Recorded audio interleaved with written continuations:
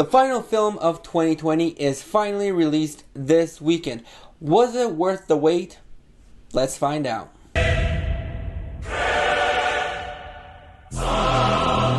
What's going on, everybody? Today we're going to be talking a little bit about Minions: The Rise of Gru.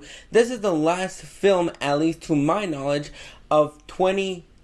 This film was supposed to come out in 2020, but then it got pushed due to the pandemic.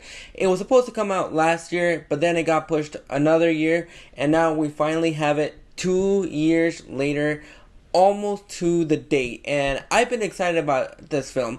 It's been a film that I was really looking forward to. I really enjoyed all the trailers. I thought they all looked really charming, really funny, and it looked like we were going to be getting something that we were already familiar with, but adding some charm to it. And I was really excited to see this film because I love these little yellow demons.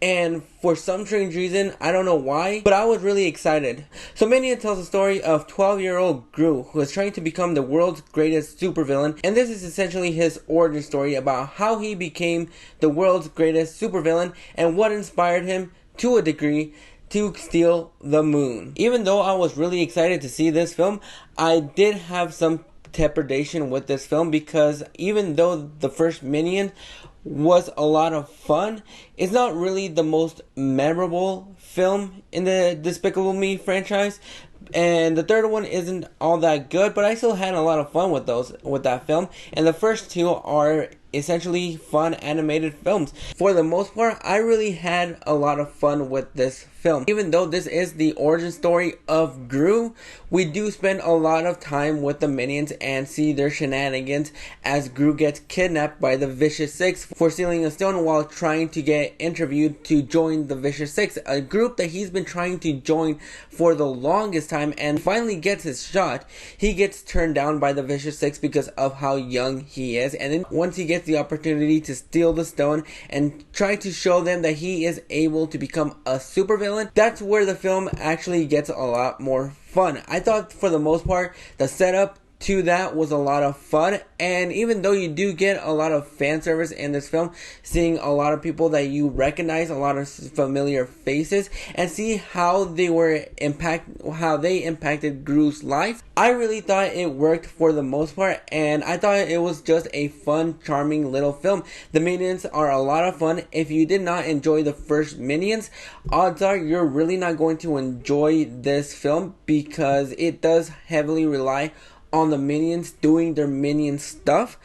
But I really enjoyed them for what they were, and I really have enjoyed them as supporting characters in the Despicable Me franchise, in the Despicable Me movies. This movie runs into the same issue that the first Minions ran into, even though that first Minions movie was a setup to see how they became friends with Gru, how Gru took them in, and this film kind of expands on that. It shows us a little bit more about his relationship growing up with them and seeing how they evolved into the franchise that we know now. Even though this film isn't going to top my top 10 best films of the year, I think it's still a lot of fun for families to check out during the 4th of July weekend. If you want to take your kids to this film, I think you're going to have a lot of fun. They're definitely going to have a lot of fun with the visuals, the animation, and the colors in this film, and it's just the Minions being around. I think they were a lot of fun, and I really do enjoy these Minions. I enjoy them more when they're supporting characters, because when they take on their own film, they are speaking in minionese, and you don't get a good grasp of what they're saying. But I thought for the most part, I thought it was a well-told story. It does have a lot of fan service. A lot of characters that you're familiar with do pop up in this film, and there's a nice little side story with Gru in this film. It was a little bit charming and a lot of fun. And that was one of the biggest worries that I had about this film, was how much of the Minions we were going to get in this film. And I think for the most part, I think it was a really nice balance of having Gru and Minions in this film. I think it was a solid origin story to Gru. I thought it was a lot of fun. It was really charming. I'd be lying if I told you that I wasn't laughing my ass off throughout the entire film, just because I like the shenanigans that the minions get into in this film.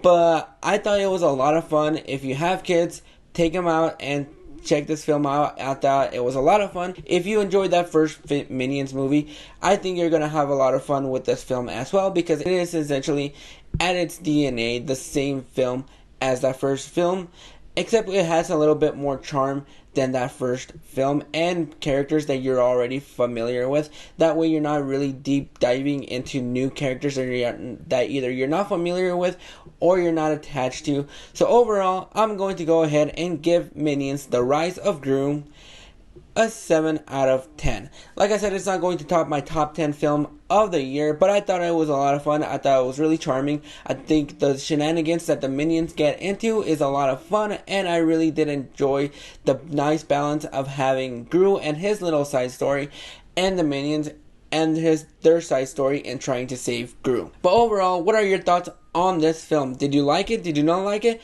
Go ahead and let me know down in the comments what you thought. And if you like this review, go ahead and click that like and subscribe button so you don't miss out on more reviews. Click that bell notification so you know when a review goes up if you are very interested in what I have to say. I'll catch you guys later on the next review.